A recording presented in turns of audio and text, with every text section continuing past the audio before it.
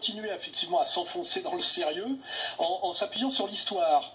Parce que moi, j'ai entendu l'argument de Chouard qui me dit vous me dites que finalement la démocratie directe, c'est-à-dire non pas représentative mais participative intégrale, ce n'est pas possible parce que ça n'a jamais existé. Oui, et pourquoi pas l'utopie? Moi j'ai l'impression que c'est un petit peu utopique. Mais c'est super que ce soit utopique. Les utopies, c'est ce qui n'a pas encore été essayé. C'est pas parce que c'est jamais arrivé, quelque chose était beau, vous le rêviez, et c'est jamais arrivé, c'est pas parce que c'est jamais arrivé que ça n'arrivera jamais. Je rappelle que utopie, utopos, ça veut dire que ça n'a pas de topos, c'est-à-dire que ça n'a pas de point d'ancrage, ça n'a pas de réalité. Voilà. Alors moi, j'aimerais bien que Chouard ait raison, mais si on s'appuie sur l'histoire, jamais aucune période de trouble, de basculement, fondée sur des choses sérieuses, hein, c'est-à-dire de la lutte des classes, de la colère légitime, d'un système illégitime, obscène et à bout de souffle, n'a débouché sur un pouvoir de type anarchique ou quelque chose de type autogestionnaire, ce qui chez Chouard serait de la démocratie participative intégrale. Si on prend l'exemple effectivement de ce grand basculement qu'est la Révolution française, après une période de désordre et de chaos, de redistribution des cartes, le peuple a réclamé le retour de l'ordre et a finalement validé et amené au pouvoir Napoléon Bonaparte, c'est-à-dire un militaire. Lorsque Bonaparte arrive d'Égypte, la France est quasiment au bord de la guerre civile.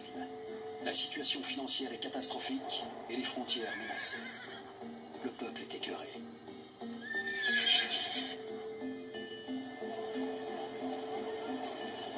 En débarquant d'Égypte, il débarque à Fréjus, il traverse toute la France et il est accueilli en héros et en sauveur de la République. Les gens lui disent ça, c'est des termes qu'on entend, on a les témoignages de ça.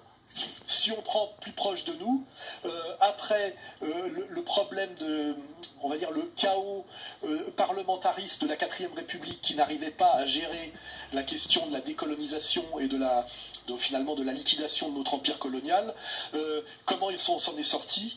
En appelant De Gaulle au pouvoir, c'est-à-dire un général, je le rappelle, qui met en place la 5e République et qui a appliqué la tradition bonapartiste.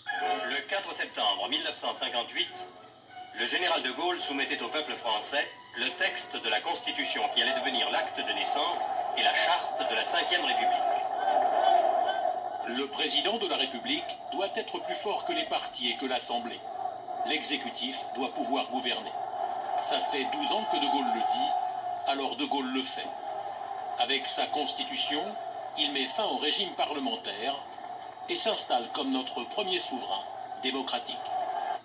Si on veut prendre des exemples plus récents, le chaos qui a succédé à l'effondrement de l'URSS après la période de transition Helsinki, qui correspondrait à du macronisme, ça a amené au pouvoir un colonel du KGB, enfin de l'ex-KGB FSB, c'est-à-dire Poutine, au Venezuela, pour essayer d'échapper à l'impérialisme américain et à ses méfaits sur l'Amérique latine, ça a mené au pouvoir un militaire qui s'appelle Hugo Chavez. Et récemment, quand on a essayé de putcher Erdogan, finalement le peuple turc a voté le renforcement du pouvoir présidentiel d'Erdogan par un référendum, je le rappelle, hein, malgré toute l'opposition oligarchique mondialiste. Et si on veut revenir à des exemples plus troublants, après le chaos de la Première Guerre mondiale, en Italie, le peuple a amené au pouvoir, je rappelle, le peuple a amené au pouvoir un ancien instituteur socialiste qui s'appelait Mussolini.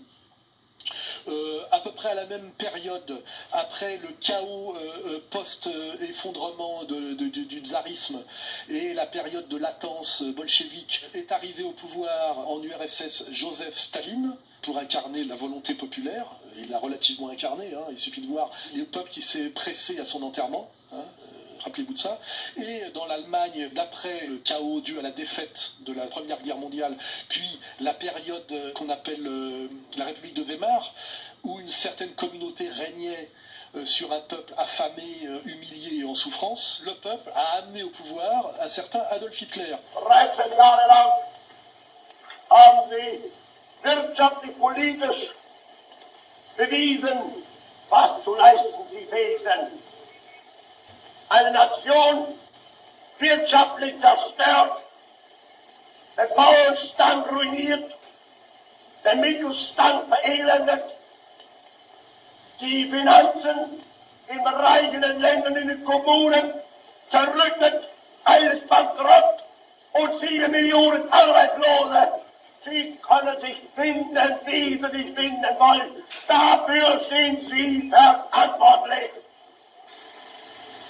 L'oligarchie en place a raison de s'inquiéter, comment dirais-je, de la colère populaire des Gilets jaunes, car si cette colère va jusqu'au bout, en allant vers le sérieux et la logique que je vous ai expliqué, on ne va pas du tout aller vers le RIC, mais on va aller vers une révolution nationale et sociale portée par quelque chose qui a à voir avec la tradition bonapartiste et césariste, et qui d'ailleurs mettra sans doute en place le RIC, d'autant plus d'ailleurs que ce RIC sera en harmonie avec ce pouvoir césariste et bonapartiste. C'est-à-dire que, exactement comme De Gaulle au départ n'avait pas peur du référendum parce qu'il savait que le référendum le validerait, un César demain et un Bonaparte demain qui prendra le pouvoir contre l'oligarchie mondialiste au nom du peuple, du travail national et social, pourra mettre en place le RIC, car ce RIC, à mon avis, validera et renforcera son pouvoir, tant qu'il ne trahira pas, effectivement, le peuple.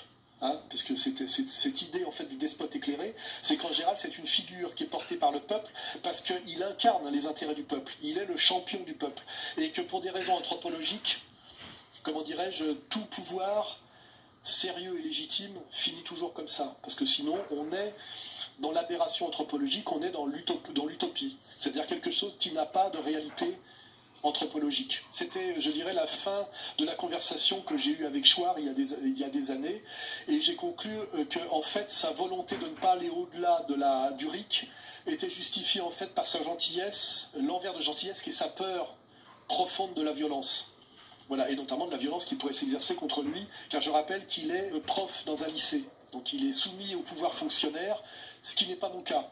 Ce qui peut expliquer déjà le virage que nous avons pris, c'est que moi je suis totalement libre et totalement persécuté, car comme il l'a très honnêtement reconnu, je suis un résistant. Vous avez